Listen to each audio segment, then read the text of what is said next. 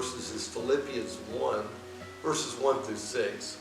Paul was writing to his friends at the city of Philippi, and he was just rejoicing and thanking God for them and saying that he often prayed for them.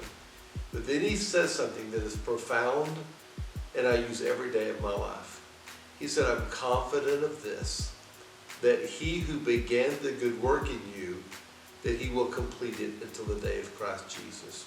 Or New International Version says he'll carry it on to completion.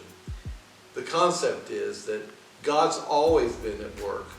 Before you were born, before the beginning of time, God was at work. And God's always been at work in our lives. And the wonderful thought is that he who began that work, he's going to carry it to completion. So there's several things that hit me when I think about that. One is that I'm loved and cared for by the God Most High. That's overwhelming to me. I can't understand why God would love us so much, but he loves us infinitely more than we can imagine. And he is at work in our lives.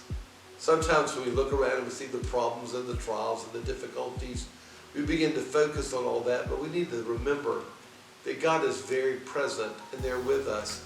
And God's even at work in our lives in the most difficult times. But then I love that. Not only does God love us and care for us, and not only is it God at work even in the most difficult times, but it says that God will carry that work to completion until the day of Christ Jesus. See, he's not going to abandon us. He's not going to leave us alone.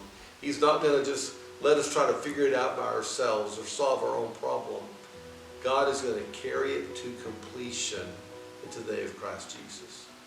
Today, I want to encourage you to not have to strive or try to work it all out on your own or try to figure it all out.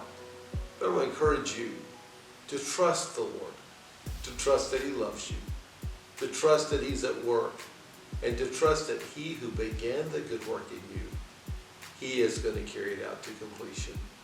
God bless you. Have a good day.